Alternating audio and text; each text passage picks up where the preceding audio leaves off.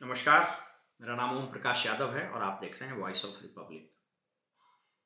22 दिसंबर को इस चैनल पर एक विवेचना हुई थी। अंग्रेजों का कानून बदल गया। उसमें विस्तार से मैंने चर्चा की थी कि ब्रिटिश रेजिम में बनाए गए 3 मेजर लॉज आईपीसी, सीआरपीसी और एविडेंस एक्ट को वर्तमान सरकार ने पार्लियामेंट में पास कर विहित प्रक्रिया अपनाकर उसको बदल दिया है, जो अब भारतीय न्याय संहिता, भारतीय नागरिक सुरक्षा संहिता और भारतीय साक्ष्य संहिता के नाम से जाना जाता है।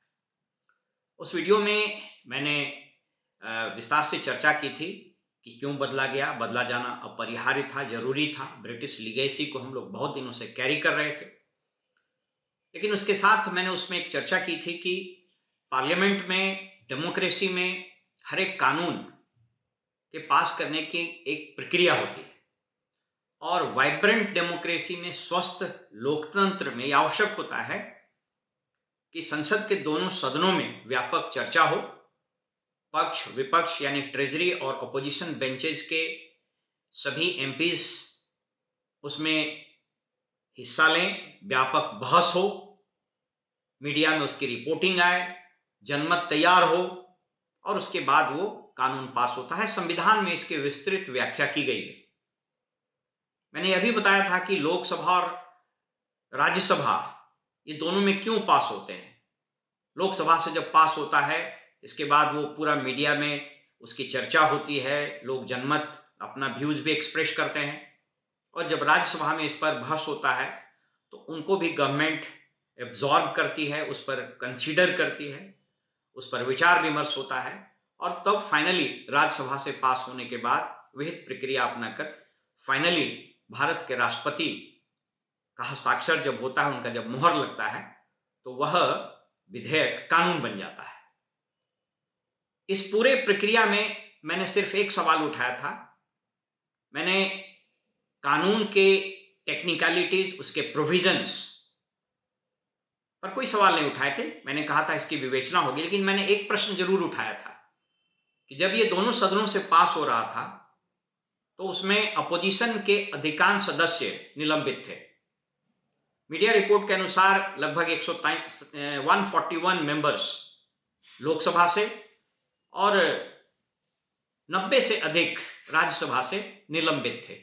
इसका सीधा मतलब यह हुआ कि उनकी इस बहस में भागीदारी नहीं हुई थी और इसी को आधार बनाकर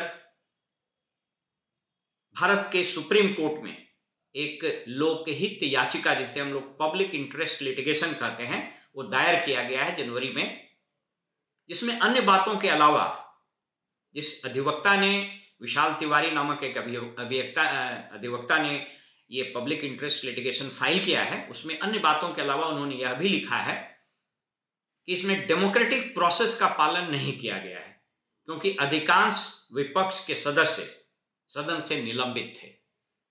इस प्रकार जो मैंने बातें रखी थी, उन्हीं बातों को आधार बनाकर सुप्रीम कोर्ट में ये पब्लिक इंटरेस्ट लिटिगेशन लाया गया। हाँ, ये बात और है कि उस पिटीशन में कई अन्य बातों का भी उल्लेख है, लेकिन प्रमुखता से यही रखा गया है कि इन तीनों कानून पर व्यापक बहस नहीं हुआ। विपक्ष के सभी सदस्य, लगभग सभी सदस्य निलंबित थे, इसलिए इस कानून को बहाल होने से यानी एग्जीक्यूट होने से रोका जाए। उसमें दो बात की और चर्चा की गई है प्रमुखता से। पहला ये कि इस नए कानून में जो मिनिमम कस्टडी, पुलिस कस्टडी का पीरियड था पहले, वो 15 दिन का था, जो अब बढ़कर 90 दिन तक हो सकता है, अप टू 90 डेज।